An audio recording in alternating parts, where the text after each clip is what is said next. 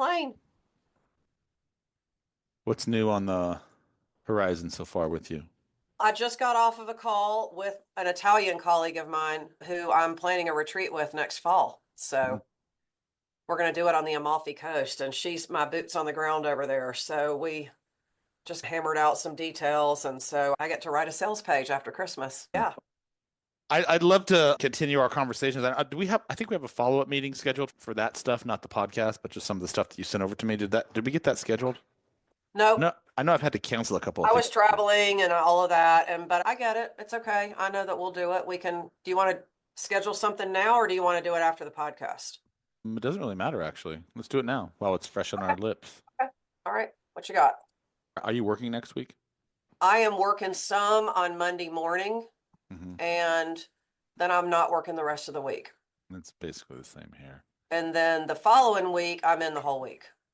Obviously, except New Year's Day, but I'll be in and out. But that's usually I can knock out a lot of stuff that week. So I'm usually around. All right, my Monday's already booked. Okay. I don't even know what that is. Half that stuff is. I'll work So, probably so the sorry. early part of New Year's Eve, and I'll probably be off like after 1 or 2 in the afternoon. So So, Tuesday the 31st, you will be. That's New Year's Eve. yep, yep, I'll be around. What works for you? The only thing I have that day right now is I have a 10 o'clock business networking event that I'm supposed to be at. I don't really know what that is. Are you East Okay. Coast time? Are you East Coast time? Yeah, I'm in Raleigh. You're in That's right. Charlotte, right? Are you So, around on New Year's Day or no? yep, I'm around New Year's Day. I don't know. I don't really celebrate anything. It's all just all the same to me. So how about 10 o'clock on Wednesday? 10 o'clock on Wednesday's fine. Okay, I'm gonna put it in my calendar and I'll send you a note. All right. I'll put you right here just as a note. 10 o'clock on January 1st. All right. I'm sending you a calendar right now. Okay.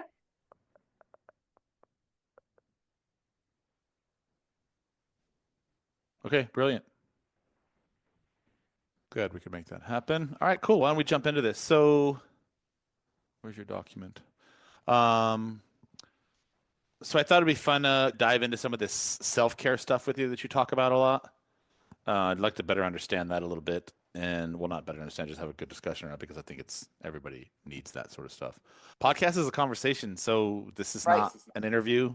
Right. I do have very specific questions that I will guide you down, but the whole point is to get to know you and your superpowers and what you bring to the universe and all the things that you're doing and how other people might be able to connect with you and use you and work with you, collaborate with you, just shine some light on what you're doing. That's really the whole point of the show. Okay. Yeah, I listened to a couple of your episodes, and I think it just depends on your guests too, like who you're talking to as to what kind of conversation you have. So I get that. I do that with mine too. Depending upon where you listen to the show, it's actually evolved quite a bit from the start to the finish. I think I've started to find the direction I wanted to take the show, but I never know. But you're right; it is definitely based on the conversation. Yeah, of course. Cool. How long have you had your show, by the way? This new format, I think we're into 20th episode now. Yeah, so you are still. But prior to this, I had another podcast that I have put on the back burner right now for 5 years. That Okay. was a big deal for me, a big podcast, a lot of big audience, but it wasn't Yeah. really serving any purpose for business. It was just sort of like unwrapping conspiracy theories, is what it turned into. And yeah, I know it was interesting conversations, but there really was no like purpose behind it. So I started making the shift towards this because just it seemed to make more sense for me. This seems to be more along the lines of what you want to be doing anyway. So, which is I think, important. yeah, I think so. Yeah, I think so. We'll see. Anyway, I will just jump into it. Cool. Okay. Sounds Any good. any questions? Nope. All right. I'm good. I'm a podcaster, so I get it. It's All like right. I can roll with it. All right, cool. I'll go ahead and just do a quick introduction on you, and then I'll talk high level Okay. on what we're going to talk about, and then we'll just jump in. So you don't need to say anything at first, and then I'll just introduce you. When I Okay. say, you'll get the cue. Are you ready to get real? Type of thing. Is Yep. what I just. Okay, cool. All right. Sounds good. All right, this is just a note for the team, so I'm going to go ahead and start now. All right, cool. So hey there, and welcome back to the Branding Laboratory. I'm Devo. I'm your host, and today I'm going to dive into a conversation that I think we all need a lot more of, but we don't take the time to really focus on that. For whatever reason, we push it to the back burner, and it centers around the idea of self-care and self-nurturing. And this is a near and dear conversation to me because I have a 18-year-old daughter who is off to college for the first time. And one of the things that has always been something that she has struggled with is taking care of herself, and rather than pouring into herself, pouring into everyone else. And while it's a fantastic idea in theory, and it's wonderful that you have this serve first mentality, what happens is it often gets obfuscated by what we really need, which is taking care of ourselves. Because if you try to switch that paradigm around for a minute and just consider it, if we're not well, if we're not healthy, whether our fitness, whether our diet, whether our lifestyle, whether our emotional abilities, whether our minds, then how are we able to show up as our best self and serve other people in the way that we're supposed to be in this community and whatnot? So it's really important to consider that for a minute and kind of ask yourself a couple of questions as you're listening to this podcast. How are you showing up for you in every situation? And I'm guilty of it, and I'm sure everyone on this podcast who's listening to this, as this audience grows, will resonate with this conversation that oftentimes we put ourselves last. And that on the surface, that looks really good because you're trying to be selfless and help other people. And that's a fantastic paradigm to be operating in. But every once in a while, you have to stop and ask yourself, how much am I giving that I become so empty that I can't give anymore? And I always heard the best analogy I ever heard was many years ago. Think of your giving as a resource tank, right? Like a bank account, right? It's a limited amount of resources, and we only have so much, no matter who you are. And it varies for people, right? From person to person. But no matter who you are, there's always a limitation on how much you actually have, just like a bank account, right? So you have to manage your time and your energy and your resources and your giving to everyone else, whether it's emotionally, whether it's physically, etc. And you have to manage that like a bank account and understand that at some point you have to pull back and fill that back up. Our guest today is Alison, and I'm going to mess up her name, so please forgive me, Alison Katschkowsky. And she's someone who I've had several conversations with her, and one of the things that I have really stepped back from each conversation is this idea of living and breathing the concept of taking care of yourself. And she is the founder of CU Fitness Incorporated, and she's a retreat leader, which is something we're really going to dive into because if you've listened to any of my episodes recently, this is something that's on my radar for 2025. But she's really a wellness visionary, and her approach is about helping people not just feel better, but live with more purpose and longevity. And that includes yourself. And so what I love about her work is that she doesn't necessarily look at self-care as this fluffy optional woo. It's really the foundation for everything she believes in and then what she will teach us. We're going to unpack her journey like we always do. I want to hear about how she came to this. Was she always this enlightened individual? Was she always taking care of herself? Or was there something else that sort of impetus, the catalyst that brought her to that? She is a competitive athlete. She has become a global leader in the wellness industry. And so I really want to get her thoughts on integrating self-care into a world that really, honestly, in today's Jesus craziness, that's just a world that never stops moving, right? And as entrepreneurs, it feels like we're just constantly on this treadmill of improving and outdoing and trying to figure out the next best hack and all these different things. And we're going to dive into what she's doing to maybe nurture some of that and help some of that. Here's my challenge to all of you listeners. Stay till the end. She's got some really cool gems I'm sure she's going to deliver. I've listened to a couple of her episodes, and there's just a lot of wisdom drops that she's going to share with us today. So Alison, welcome to the show. I really appreciate it. Thank you so much for having me. My Yeah. pleasure. So you heard me talking about some of the things that we want to jump into. And before we go into that, I'd just like to learn a little bit more about everyone's origin stories. How did you get to this point? Your journey spans competitive swimming and bodybuilding and decades of fitness and wellness. And the story, really, I just really want to know the story. What's the story behind your shift from athlete to self-care advocate? And was there some sort of catalyst that brought you to that space? To answer your question, not really. But I'll go ahead and explain it. As you so eloquently said, I grew up an athlete. Everyone in my family was active. My mom and dad are both 85 and they still work out. My dad still runs every week. So I was basically around fitness as a young child. And so I swam for several years, got into college, started moving more in the fitness direction. An interesting story, my plan A is what I like to call it, was to go on into physical therapy. My plan was to work with athletes. I had watched a friend in high school who was an incredible state-ranked swimmer, hurt her shoulder pretty bad and was out of commission for a while. And I watched her rehab it and get back to where she was. And I thought, that's what I want to do. Mm. And once I got into school, I pretty much made all of my plans around that.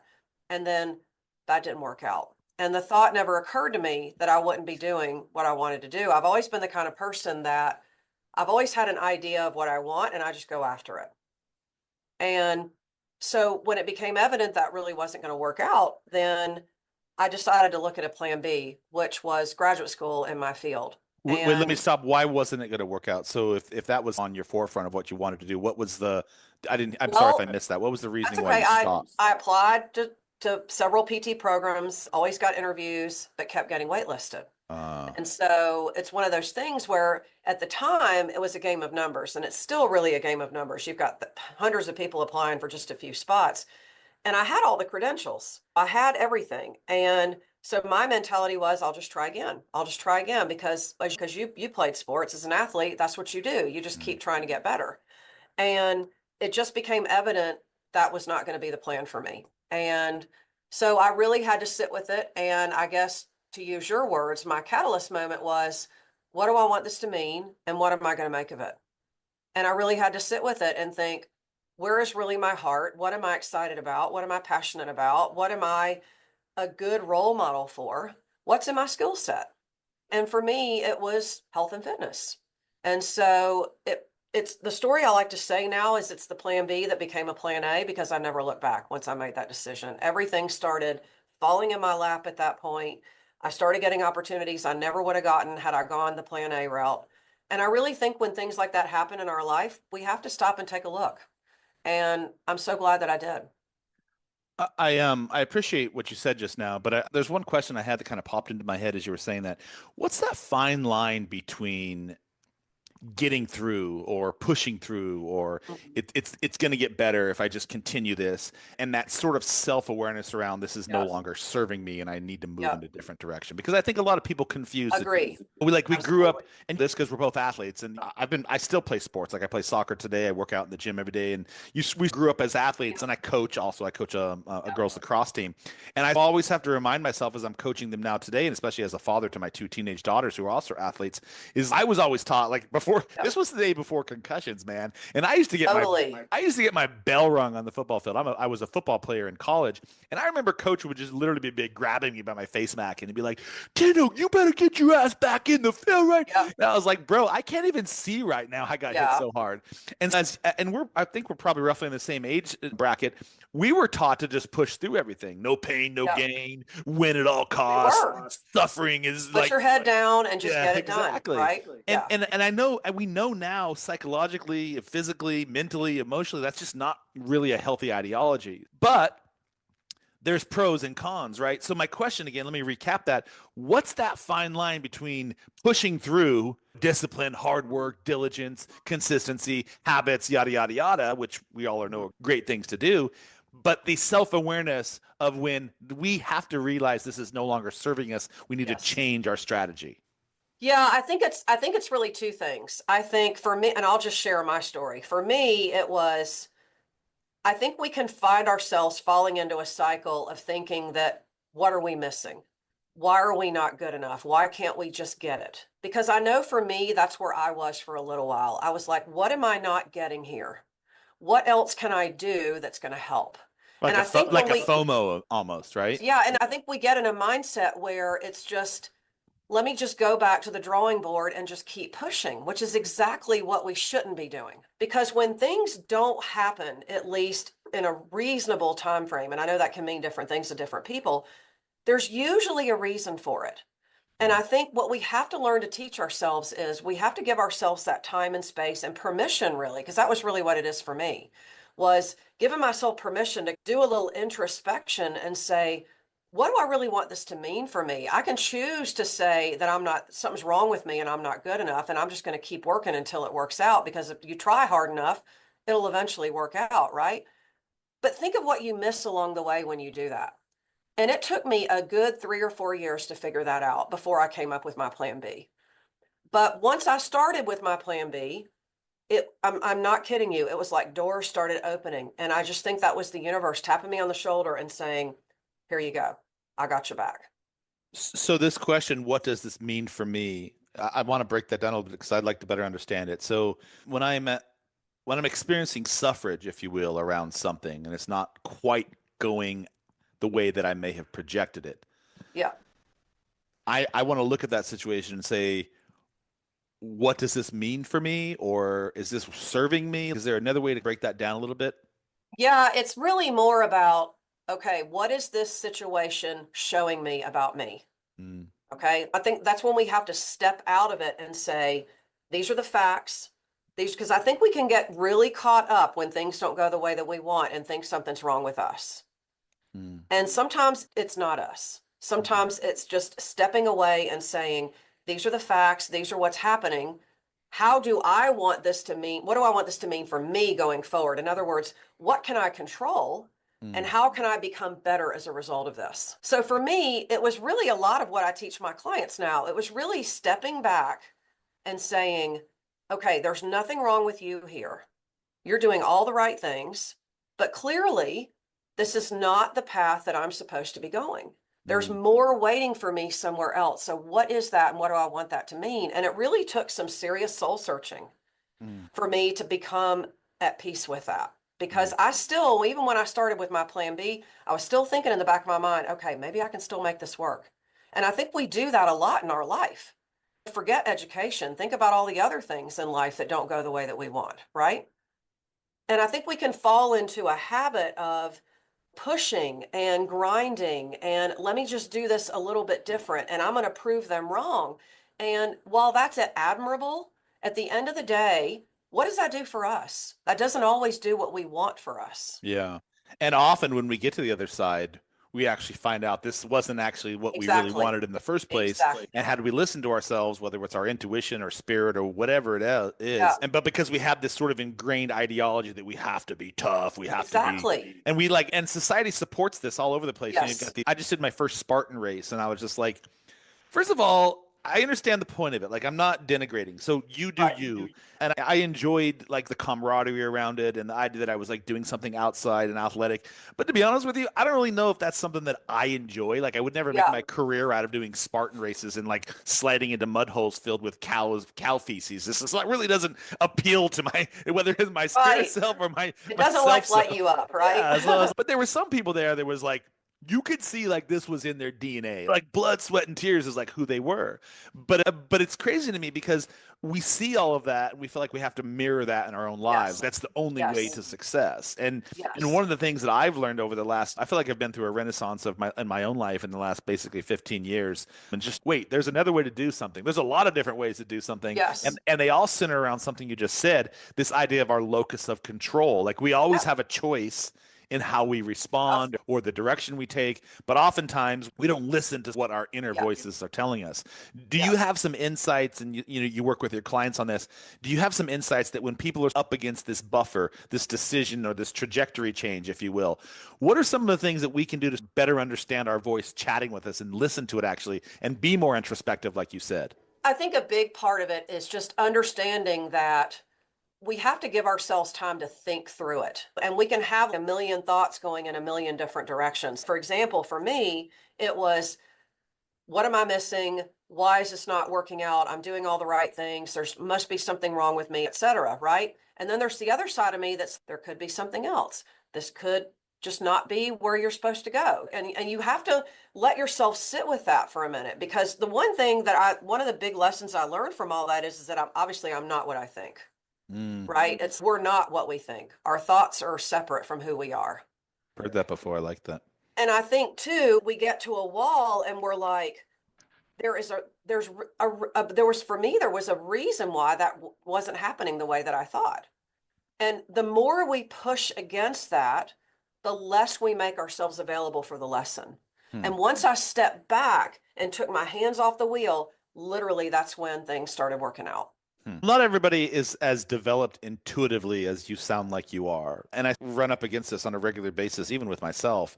And while I feel like I've learned to trust and develop my intuition much better than I would have, let's say, 15 years ago. It is a muscle in a sense. Like It you is. still, you do have to It develop it. is. And I think a lot of people struggle with, and I want to go back to that first question. I think a lot of people struggle with what's that again, that balance between being pragmatic and thinking things Yeah. through, like Yeah. giving Right. and then over analysis paralysis.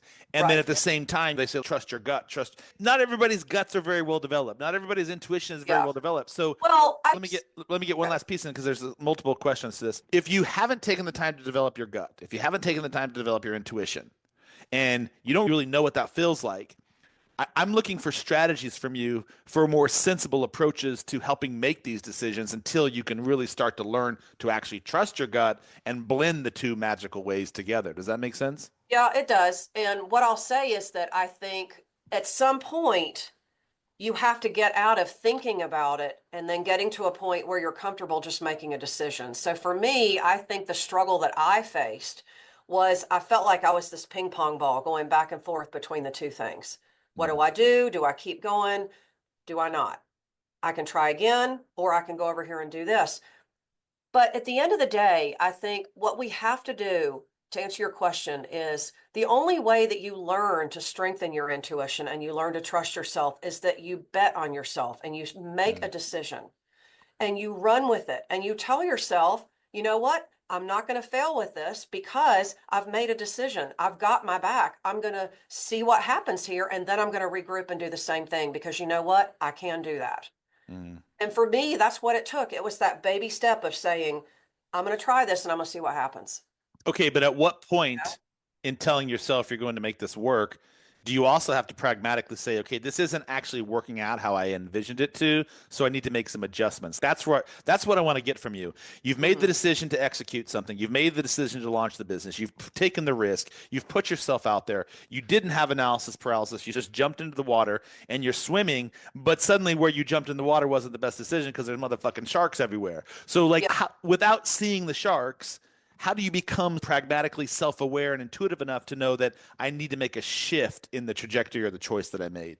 I think there's multiple layers to it. I don't know that there's one or two practical things that will work for everybody. I think all I can speak about is that when we find ourselves in that situation, I think the only thing that we can do and that's within our control is to make a decision. Mm. It's to just decide, do I want door A? Do I want door B? Do I want door C? You know what? I'm going through door A because when I go through door A, there's probably going to be another decision on the other side of that. But you Yeah. know what? I'm smart and I'll figure it out. I watched a movie the other day. It takes me like 3 weeks to watch a movie. I can only sit watching TV for so long. I'm just Yeah. like, all right, I need to be doing something else. Yeah. Anyway, the movie was Benjamin Buttons. Have you seen this movie? Yeah. It's been And a he long taught, time, but I have. yeah. And there's this one scene where his lover or girlfriend or partner, whatever, gets hit by a car passing through an alley and ruins her ballet career. She was like becoming a prolific ballet. Wow. Mhm. And in the scene, he's talking about, and he keeps replaying the scene over and over to show the ripple effect of choices that you make. And I love the scene because you talked about door A, door B. No matter what door you go through, whatever choice you make, it's going to open up a plethora of other Exactly. opportunities Exactly. that you may or may not have even considered. And in her case, she turned back to get her purse that she forgot. She stopped to help a friend while she was tying her shoe. And in those few seconds of those choices that she Yeah. made, it made the ripple of the car that had Right. another ripple of choices decision and it ended up hitting her. And had she not made one of those choices, she might not have gotten hit. So Yeah. it behooves us to understand that no matter what the choice we make, and I'm asking is if you agree with this, no matter what choice we make, Mhm. it's not a right decision or a wrong decision. It's just the Exactly. decision It that just we made. is. And Right. then how do we respond to that situation when we're presented with the next set of deliverables, right? You agree? Right. And the other thing too is that it's a concept I call borrowing trust. Mm, So sometimes we get in a situation where we find ourselves conflicted. Do I keep going? How do I trust myself? Whatever, basically what you were just asking me. For me, I had to think, that's when I had to do that introspection and say, this is what I'm really good at.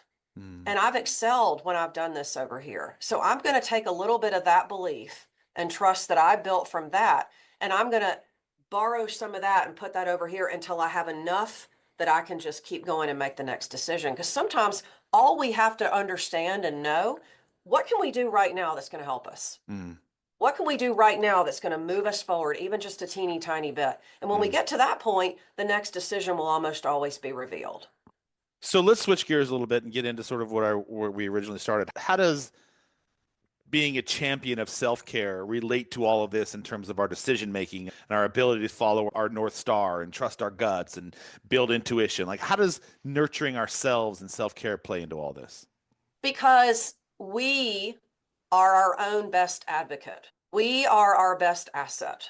If you walk around all day running yourself into the ground, which I'm not saying anything's wrong with serving other people and doing what you can to help and make the world a better place and all of that. But if you run your battery down at the end of the day, how are you going to continue to be able to do all the things that you're put on this earth to do? Mm, Right? You have to look at yourself as your best asset. mm, So you were talking about self-care being like the bank account, right?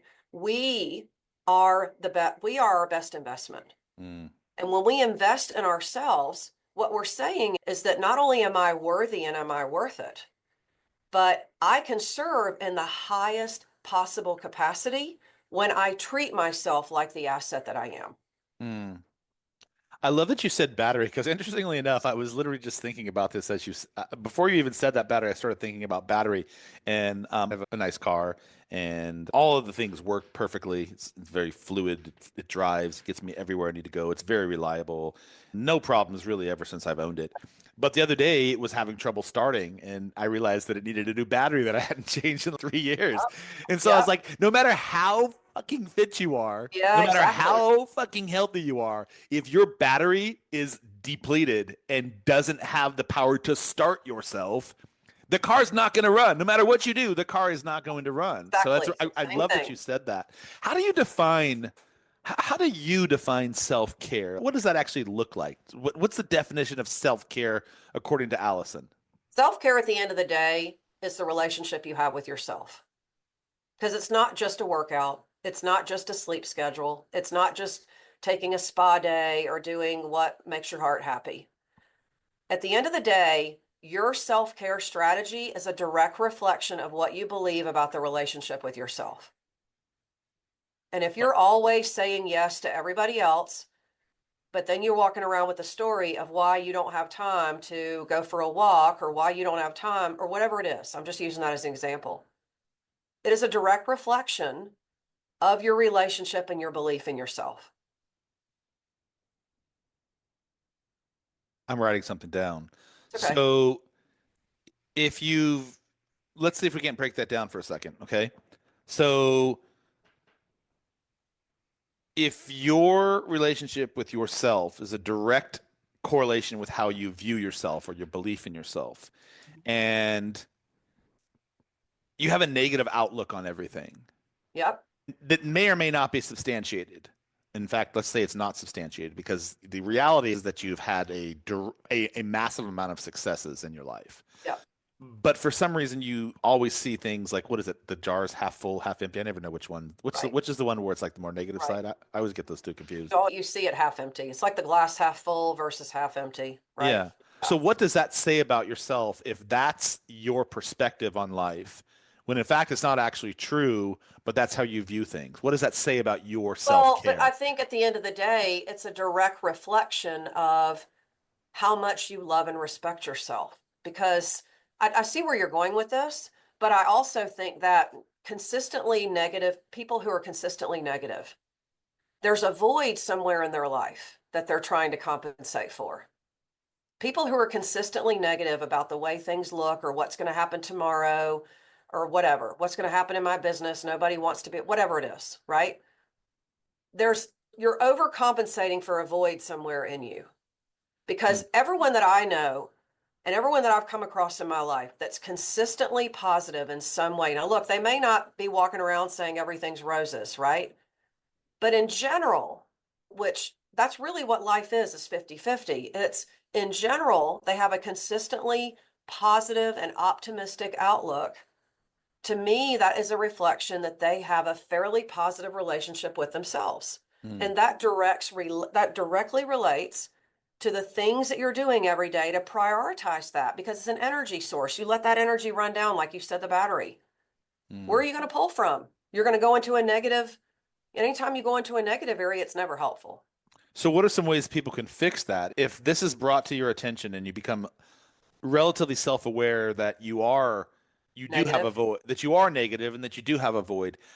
What are some things that you can do to start practicing better self-care to fill this void in a Yeah. natural way, if you will, so it's not becoming like Yeah. this Got looming you. shadow always messing with your Well, life? I think the first place to begin, and this is something I always tell my clients, is I want to find out from them what it is that gets them excited. What is it that really lights them up?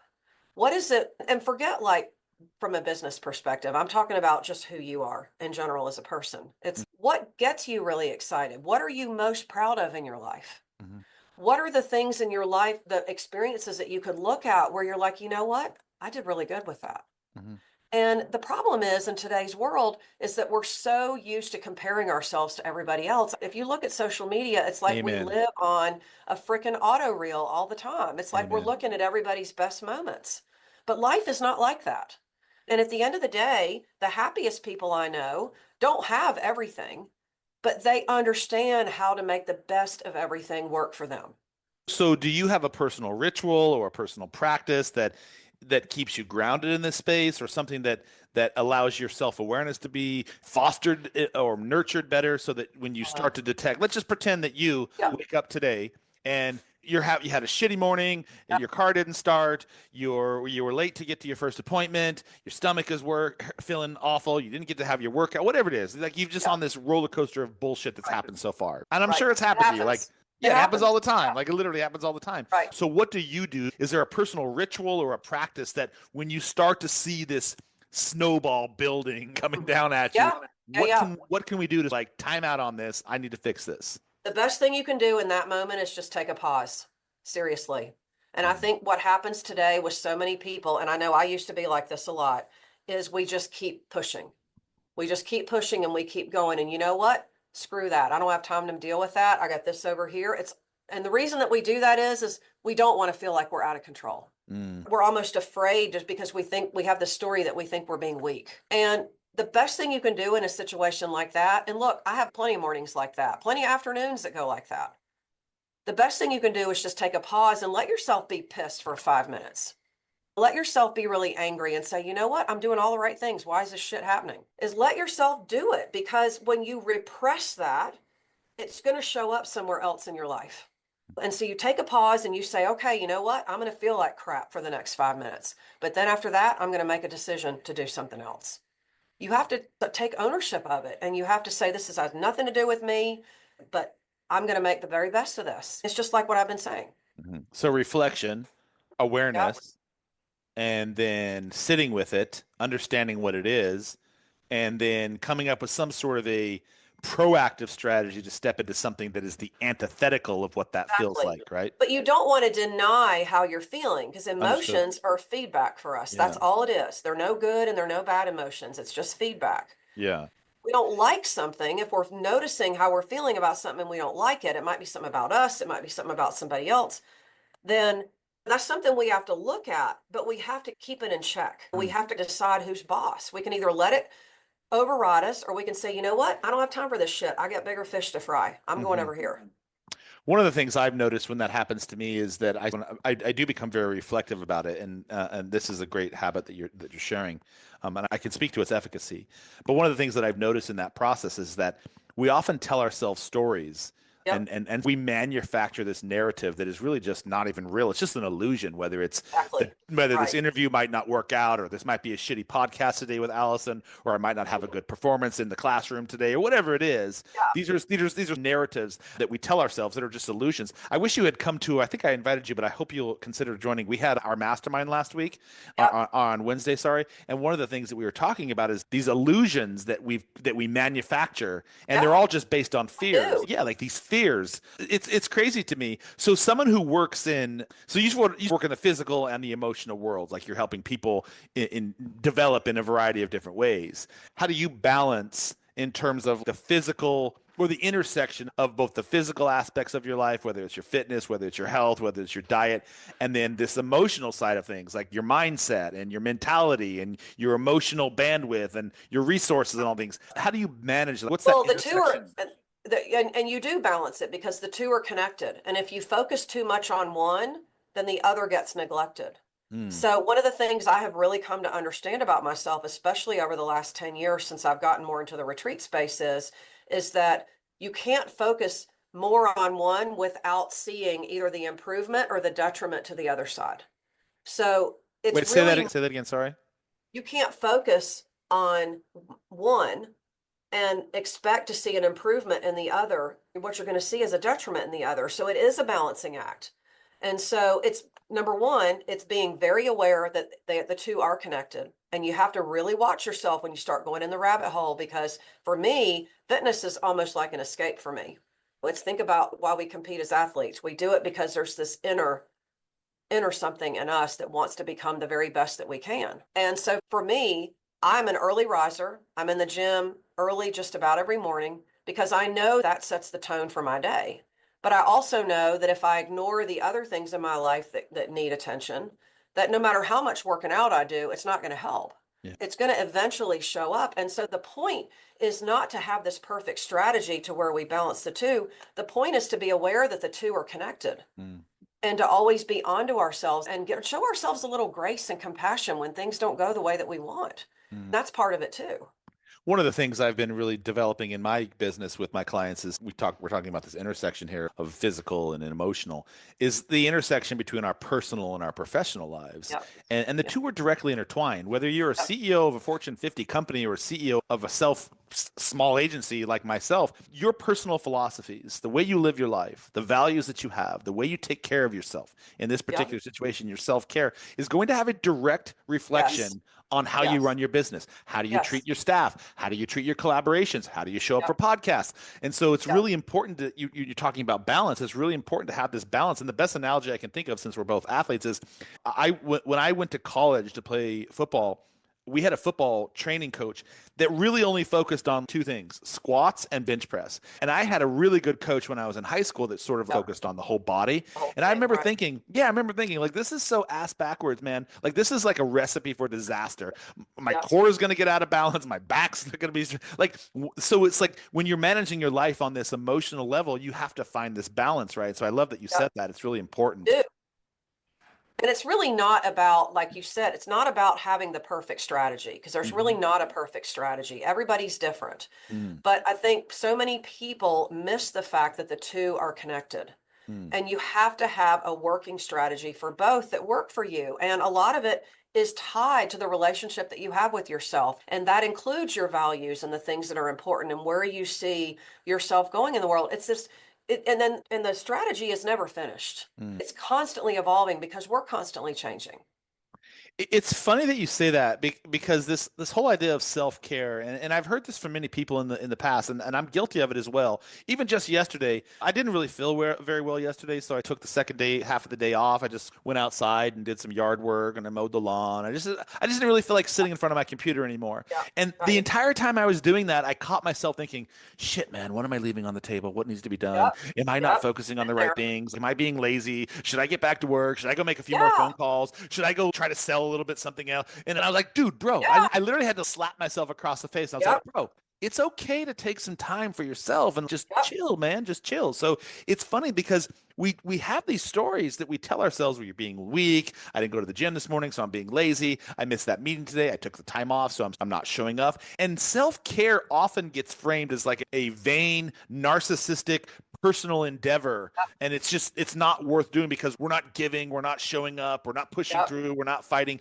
It's crazy to me how that sort of came about. And Yep. I refuse to believe that that was always part of like humanity. Where do you think that came from? And like, how is it so prevalent in today's society? I think it comes from this. I'll stop short of calling it an innate desire, but I think the world that we live in has contributed greatly to that. I think there is this insatiable need for a lot of people to be like the biggest person on the block, to be like the most successful, to have the nice house, to have the nice car, to take the vacations, to be like the perfect parent, to be the perfect successful business owner. It's this, like I said, I don't know that it's an insatiable need, but it's an expectation that the world that we live in has placed upon us. And I think we have to sit at the end of the day and say, you know what? You can't take a damn bit of it with you. When the time comes for us to leave this world, you ain't taking any of that shit with you because it's none of that matters.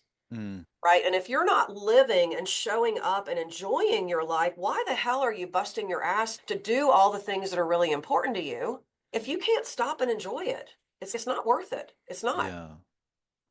We do have this incessant need to always be performing. And I think especially entrepreneurs, and I see because I work with entrepreneurs, I work with ex-corporate executives who are trying to become Yep. entrepreneurs, and you can Yep. see this mindset shift in a Yep. very big, what's the word I'm looking for? There's a complete opposite way of thinking Yep. about things from people who have been entrepreneurs for a long time versus people who have been, and Yep. this whole sort of like narrative that they're bringing to the table. And I Yep. found that a lot of entrepreneurs, they suffer from this idea that I have to do this. My Swiss Yep. Army knife has to always be moving. I always got to fix this. I always got to solve that. And one of the things that I noticed about myself in my own business in the last, I would say in the last 5 years, is that I started to realize that I was basically being run by my business instead Yeah. of actually Same. operating. Yeah, I did like, that for a lot of years too. yeah. Yeah. I get it. So I'm when you look back at your career and your trajectory, was there like a key moment or a key experience where you was like you had this sort of aha moment about that and was like, I need to make Yeah. this shift?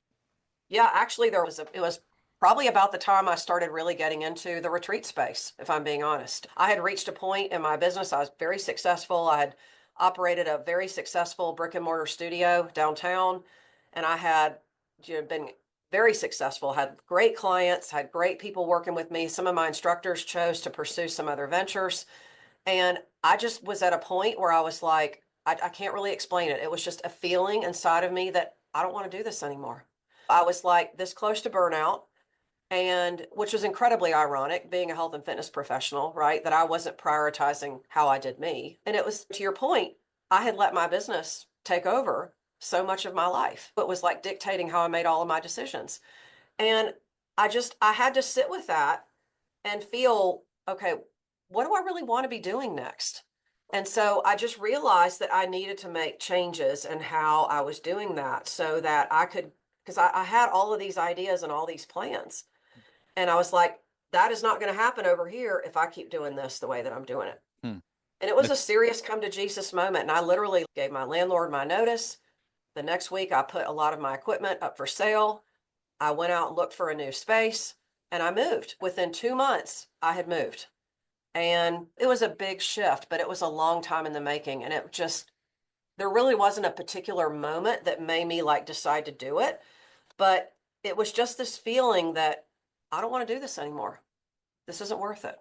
I Oh, imagine not everybody has this self-awareness that you have. Sorry, I have a train of thought that I was thinking which direction I wanted to ask this question. I don't imagine everybody, and in fact, you certainly know this because you work with people in this capacity. Not everybody has this self-awareness around understanding that they need to make this shift, so this is the shift they should make. And I think a lot of people have this idea that focusing on myself for a little bit selfish. is a bit selfish, self-indulgent, if you will. How do you help people shift that mindset narrative? Because that right then and there is being selfish. That's what I tell people. As lovingly and kindly as I can with still being who I am, which is very much no bullshit and direct. I'll just say, you know what?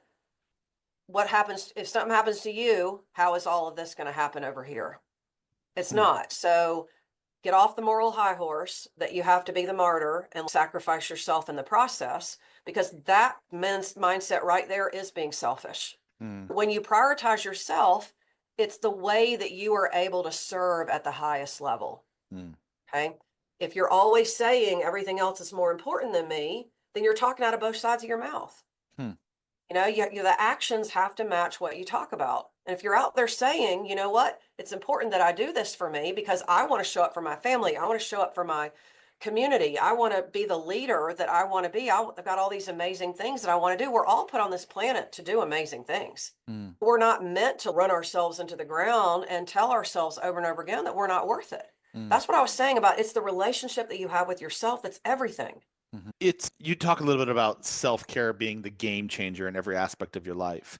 But not everybody's we live in this society where it's instant gratification, everything It we have. is. We It literally need is. we nobody wants to marry the process. Or sorry, I shouldn't say nobody.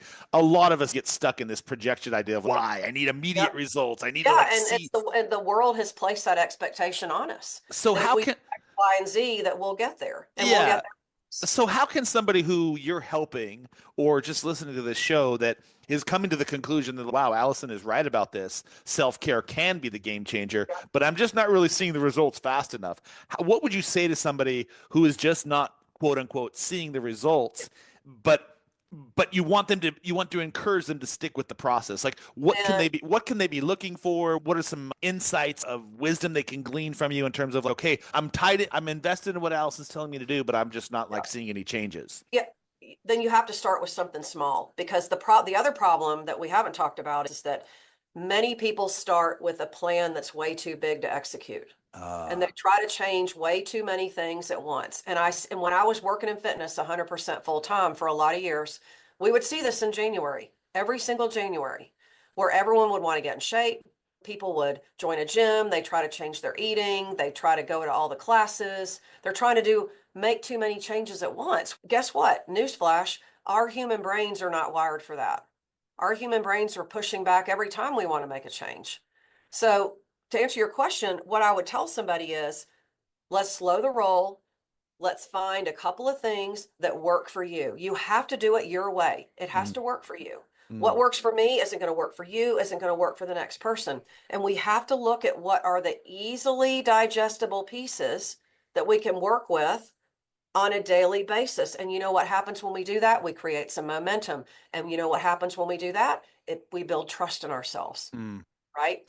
And we It- learn to have our own back, and we say, you know what? I may not have done the perfect workout today, but you know what? I got a 30-minute walk in, and you know what? That's a win. So I'm going with that.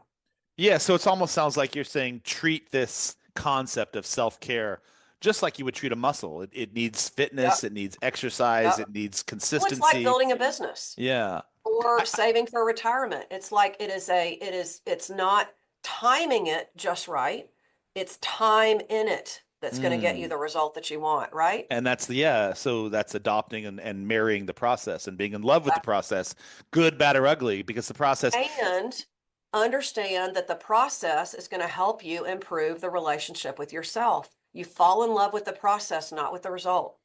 And another thing for that process piece that I'd love to hear your take on is that once you're in the process, I think sometimes we think, okay, I've adopted this idea that I'm going to focus on my self care, so it should be relatively easy from here on out. And that's not the case because the process has to present speed bumps on a regular basis They to you will, and it because will. because that's the nature of life. Like not everything is going to be simple and easy. Like in order to better understand what you like and what you don't like and what you want to do, Yep. you have to be Yep. presented with shit that like It's trial and spits you error. up and A lot of it is trial and error. yeah, Yep. so really fall in love with that process. I read a great book many years ago, and I don't even know James Clear, Atomic Habits, Yep. and he I've talks read it. about this whole the same concept of like, don't set these massive goals. It's great Yep. that you have these great goals, and I'll just say Yep. I want to make $10 million as one of my revenue goals by the next 5 years.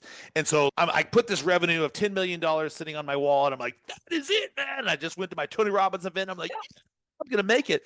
But then a week goes by and 2 weeks go by and a year goes by and I was like, I'm not even close to $10 million. And I love how he breaks that down and said, instead of just having the $10 Yep. million goal, what are all the little things in between that are Yeah. gonna eventually add up when you stack them on top Exactly. of each other Because to that's hit? what it all is. Yeah. That's what it always is. Think about it. When anybody sets a fitness or a weight loss goal, this is why so many people drop out the end of January. Mm, They're trying to make too many changes, and they're not invested enough in what the process is going to ask of them. love it. So another piece of advice, set yourself up for success by making those steps simple and easy. The point is not to have 10,000 habits that you execute so you can pat yourself on the back and say, you know what, I did all this shit. It's fine. It's figuring out the system that works and work the system. When you work the system, you get the result that you want.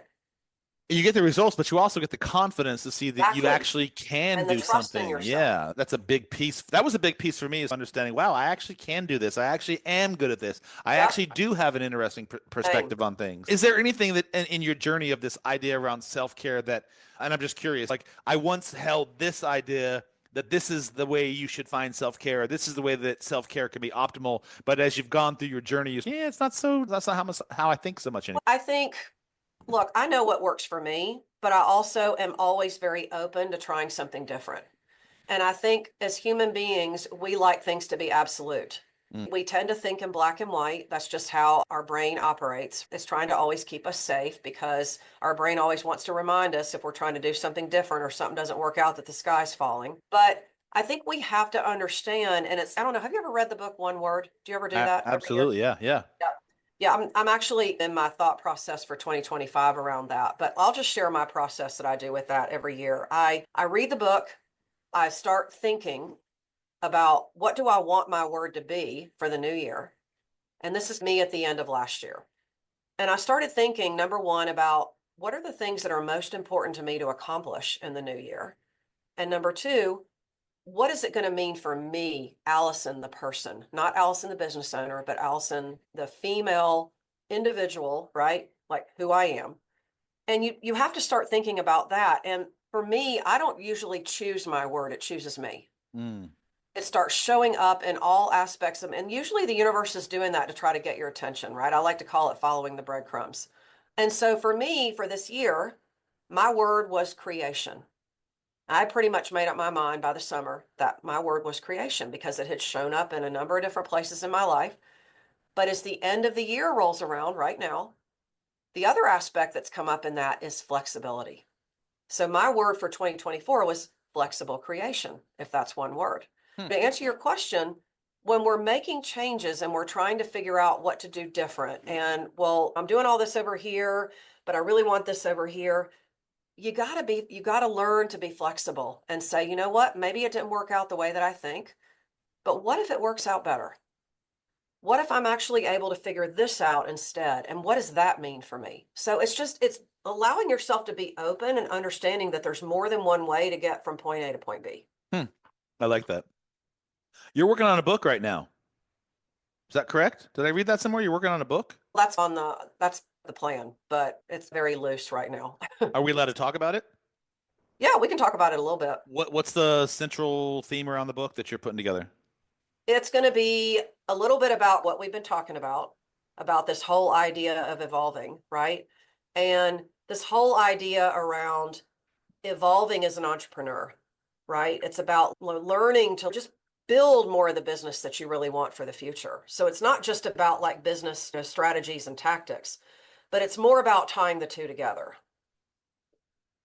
So you're targeting this as part of your creation for 2025. This is something that you're going to be creating. That's part of what you're imbuing those two. Yeah, and like I said, it's very loose. It's not, I don't really have a publishing date. I'm not actively writing a manuscript right now. I'm still very much in the idea stage. Uh-huh. That's definitely on the plan. It was actually going to be on the plan this year, but I elected to, again, to be flexible with my creation and move in a slightly different direction. And so it's just pushed off to begin next year. So How would you advise entrepreneurs who are listening to this podcast, which is mostly who listens to this show, busy professionals, to create or one practical game-changing piece of advice to really start their own journey of self-care today? I think you have to really think, what do I want for me first? I think it's really important. And I think we lose this a lot as entrepreneurs. I know I did. That was part of that come to Jesus moment I was telling you about. But I think we have to understand that the life we live is the most important thing. Mm. And our business should fit into that. But we want to be in alignment with how we live. In other words, we can't be doing something different in our business and then be living in a complete opposite way. I think as far as the self-care plan goes, I'll just say it again. It goes back to the relationship with you. Mm. What's really important to you? What do you really want to be doing? What are you good at? What gets you excited? That's what it's all about. Mm. Everything's connected to that. What's an area in your personal life when you take a look and a reflection, because I imagine you do this often, given the nature of who you are, that you feel like you're still a work in progress on, or something that you feel like you're still growing or evolving on? What is there an area that you look at yourself and be like, I could probably use a little more work in that space? I do. I work with a mindset coach, and I've worked with her for going on 5 years now. And one of the things, the practices that I use about once a quarter is I do what I call a belief plan. And it's really where I examine, and it really forces me to step back and evaluate how I'm being on a day-to-day basis. And this is where I always know if my self-care plan is working or if it needs an adjustment, because a lot of times, not just as entrepreneurs, but in general, there's a lot about what happens in life that we don't see results quickly, Mm. right? And that's when we really have to be checking ourselves. What are we really thinking and believing, especially when we don't see evidence or when things aren't working the way that we think, or when life is definitely giving us evidence that things are moving in another direction. And that's where it's very important that we check ourselves. And for an action taker like me and like you, and this comes from my athletic background too, I'm a doer. I want to go and do because I'm motivated by achievement and I want to go and work and produce a result and say, you know what, I did that. I'm excited about that. Mm-hmm. But at the end of the day, I think we have to be taking time to feed what really gets us excited too, because that's only one aspect of us. So every quarter I do this belief plan.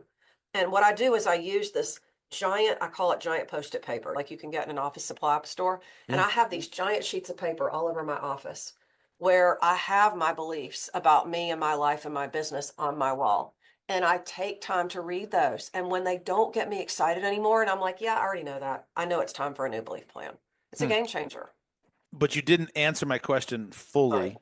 You gave me a strategy, but Okay. what's one thing about you personally that when you think about it and reflect on it, this is something I could probably use some growth on? I think for me, and this is something that I've really noticed since COVID, pretty much, because I was still operating a lot I was still about half of my business was still in the fitness space at that point. And I had to basically start over Mm, because of all the pandemic restrictions. And so mm, I find myself a lot going back to the way that I'm used to operating as a business owner. And this transition of going from in person to online and then managing both, it's it's calling me in a completely different direction. So to answer your question, I think an area for me to work on still is what do I really want my life to look like? Because so much of my success has been about what I've achieved through my business and through my fitness career and everything else. And it's focusing still on what does Allison want to stand for the future? What do I want people to know me for? What do I want to be? How do I want to be living my life? Because I feel like there's a big part of me that didn't do that for a long time. mm, And so in a lot of ways, I feel like I'm just getting started with that. And so mm, that's why I know you and I had this conversation a long time ago, but in a lot of ways, I feel like I'm just getting started in my business because I mhm, feel like for the first time in years, I'm doing all the things that really excite me. mhm. And I think that's really important. We should have a conversation offline about that. I might be able to shed some light on that for you. I have a really cool exercise that I take my clients through on this values blueprint in terms of like, where's my North Star? What are some of the things that Yeah. really light me up that I can step into? Separate subject, but Yeah. if you're Yeah. interested, let's chat about it. In terms of in terms of this belief plan and the values and this idea that you may or may not have this North Star of yours solidified, if you were sitting down at a table right now counseling yourself in that regard, what would you say to yourself right now? Right now, I would say, what am I thinking and believing about where am I going? Mm, Right? And understanding that in order to get over there, it's going to require that I go meet the future version of me. This is something that I teach a lot of my clients. It's what we do on a lot of my retreats. mm. What I always tell my clients, because I really believe this, is the future version of us is sitting in the room with us right now. For The only sure. reason that we're not living as our future person is how we're being on a day-to-day basis, because everything is energy in the world.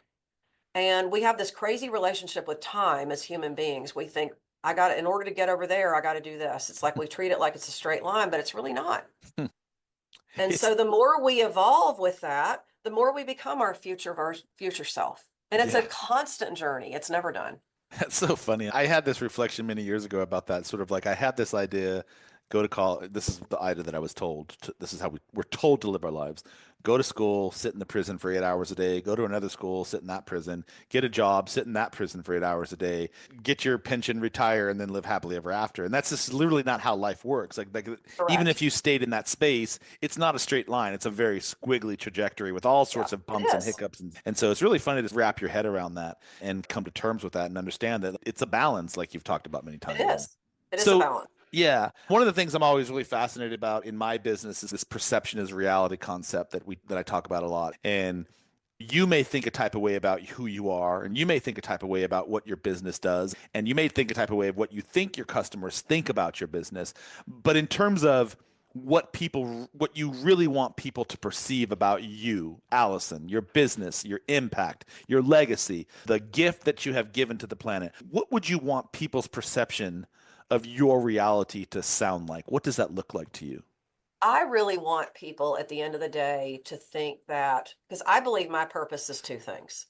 I believe my purpose is to teach and inspire. Mm, Now that the vehicle that happens in is several vehicles. mhm, But I really believe when I look back at all of my success and more importantly, where I have felt the most complete, right? It's when I'm doing one of those two things. mm, And so at the end of the day, at the end of my life, I want people to say, you know what? Allison got me to believe that I could do that when I didn't think that I could. mm. And as a result, this is where it took me in my life and it changed my life. That's what I want people to say about me and remember me for. That's amazing. I love that. And you're serving, but at the same time, you're also serving yourself. So I just I want people agree. listening to make sure that you heard the distinction of everything she said in showing up for other people and inspiring other people and in motivating other people, in writing other people's trajectory ship. You didn't Yeah. say that you're giving away everything you have to give. You're saying it's a balance. Take care of yourself. That Yes. way you can better take care of the people that you choose to support. We have to view it as a responsibility to ourselves. Mm, Look at it as a contract with yourself because and contracts can be changed. They're yeah. not like permanent, they're not like set in stone. Look at it as you make a commitment to yourself. Look, at the end of the day, the reason people don't follow through when it comes to themselves is they don't believe they're worthy and they don't trust themselves. That's what it comes down to. This is why we have coaches. This is why we put ourselves in communities with big thinkers. This is why we're having this conversation. It's part of what you're doing in the world is you're having these different conversations with people and that's one of the ways that you impact other people. Thank you. Appreciate you acknowledging that. Wow, we could talk about this topic for a while. I really appreciate you taking the time to jump on the podcast with me today. What's the best way that you want people to connect with you? Social media, website? Can you share some of those credentials right away Yeah, for me? yeah, they can go to my website. It's www.thealisonk.com. That's Allison with one L, thealisonk.com, and they can just hit the connect button. I send out a newsletter every Friday. I call it 5 Minute Fridays. It's basically 5 pieces.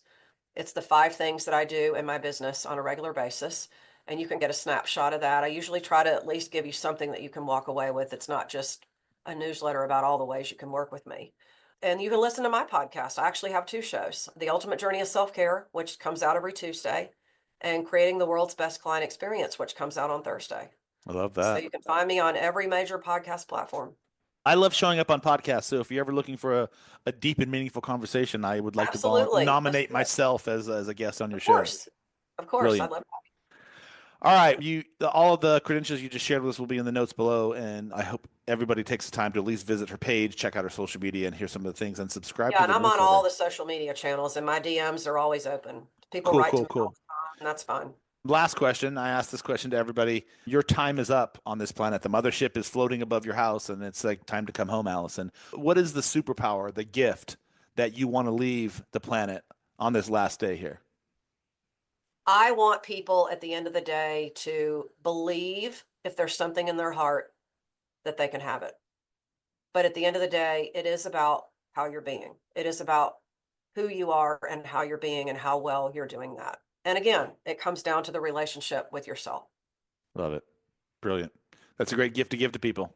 Allison, thank you. I appreciate your time and energy My and pleasure. your resources that you've shared with us today. I hope we Yeah. did not deplete you too much by sharing your journey with us. Nope, not at all. Thank you. Brilliant. Thank you. I always love the conversations I have with the most interesting people. Allison was no exception to that. And this conversation was just absolutely enlightening and inspiring and sensible with actionable takeaways. And her journey for self care and her passion for transforming other people and helping them slow down and listen to themselves and prioritize what truly matters is a gift and a need that everybody at some point in their life needs to acknowledge and make that part of our daily practice. For anybody listening to this show, and I hope there's more of you than one, I love to get feedback. So if you have questions or if you have some insights on some of the stuff that Allison shared or anything that I shared, please drop it in the comments below. If you have anyone that you would like to recommend as a guest, I'm always an open book on that. Please drop that individual or send me a DM. And If you want to connect with Alison, all of her credentials are below in the notes. Please connect with her and just follow her journey because she's doing some really cool things. If you've been listening, shameless plug here, and thinking, wow, I have a great idea. I'm not really sure where to go with this right now. I would love to sit down and chat with you, learn a little bit more about what it is that you need to have uncovered and your superpower shared with a larger audience so that you too can make a difference. Because I'm sure you've got something somewhere in the back of that massive noggin of yours just ruminating on for the last few years, but you're not really sure where to go. We'll have a fantastic discovery process, a values and beliefs and blueprint practice that I can take you through. And I would love to have a conversation with you and learn a little bit more about you. If you go to my website, thebrandstoryteller.com, you can click on the contact us button and do the deed, and we'll get back in touch with you and schedule some time. If you want to be a guest, you can also go to that same website, thebrandstoryteller.com, navigate over to the podcast, click apply now, bibbity bop, bibbity boo. We'll get you on as a guest and uncover what these superpowers look like so somebody else can learn and grow and be inspired from you. Until next time, I am Devo, and reminding you that self-care is not just a luxury.